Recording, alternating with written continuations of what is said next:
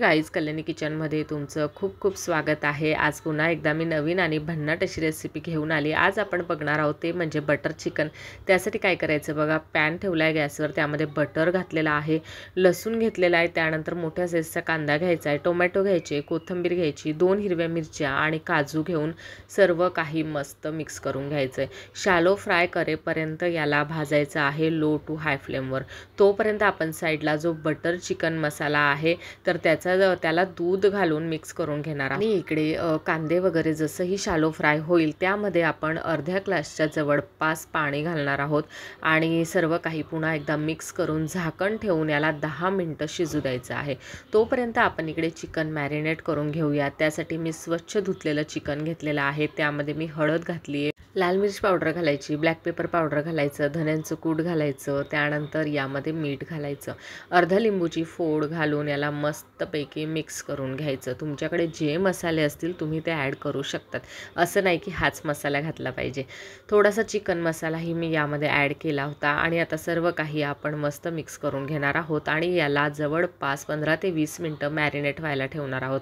Marinate झाल्यानंतर पुन्हा तव्यावर बटर घालायचं आहे आणि त्यावर चिकनचे एक एक पीस अशा प्रकारे तळून घ्यायचे आहेत। तर बघा, बोनलेस चिकन असल्यामुळे त्याला थोडा वेळ लागतो, जास्तही नाही पण थोडासा वेळ लागतोच। तर त्याला काय करायचं, चमच्याच्या साहाय्याने तोडून बघायचं की हा डन झालंय की नाही झालंय आणि झाकण ठेवून याला वाफवू द्या, म्हणजे हे चांगल्या प्रकारे शिजलं जातं, भाजलं जातं, जे तुम्ही म्हणणार ते। पण बोनलेस चिकनला वेळ लागतोच म्हणून थोडीशी काळजी घ्यायची, पण त्यानंतर जी भाजी लागते ना ती एक नंबर असते। तर चला, मिक्सरच्या भांड्यामध्ये इथं आपण जे कांदा वगैरे फ्राय केलेलं होतं तर ते यामध्ये आपण ॲड करणार आहोत सर्व आणि याची बारीक पेस्ट बनवून घ्यायची आहे। साईडला आपण कढई ठेवणार आहोत, त्यामध्ये बटर आणि तेल दोघं मिक्स करणार आहोत। तुमच्याकडे तूप असेल तुम्ही तूपही ॲड करू शकता, जे गावरानी तूप असतं ते। तर मी इथे जवळपास 1.5 चमच्याच्या जवळपास मी इथे बटर घेतलेला आहे आणि 2 चम्मच मी यामध्ये तेल घातलेलं आहे। नंतर यामध्ये आपल्याला जिरा ॲड करायचं आहे, थोडंसं हिंग घालायचं, ब्लॅक पेपर पावडर घालायचं आणि मग यामध्ये जो आपण पेस्ट बनवली होती ती ॲड करणार आहोत। तेल चांगलं तापू द्यायचं आहे, तेव्हाच मसाल्याला टेस्ट येते। मसाला जवळपास इथं 5 ते 10 मिनिटं होऊ द्यायचा आहे चांगला आणि त्यानंतर जो बटर चिकन मिक्स मसाला होता तो आपण दुधामध्ये बनवला होता तर त्याला मी यामध्ये ॲड करून घेतला आहे। सर्व काही मिक्स करून घ्यायचं आणि मस्त याला फ्राय होऊ द्यायचं। जोपर्यंत मसाला चांगला फ्राय होत नाही तोपर्यंत भाजीला टेस्ट येत नाही। त्यानंतर तुमच्या आवडीनुसार तुम्ही लाल चटणी घालू शकतात, 1 चम्मच 1.5 चम्मच, मी इथे 1च चम्मच ॲड केलेली आहे कारण हिरवी मिरची ही यामध्ये ॲड केलेली आहे।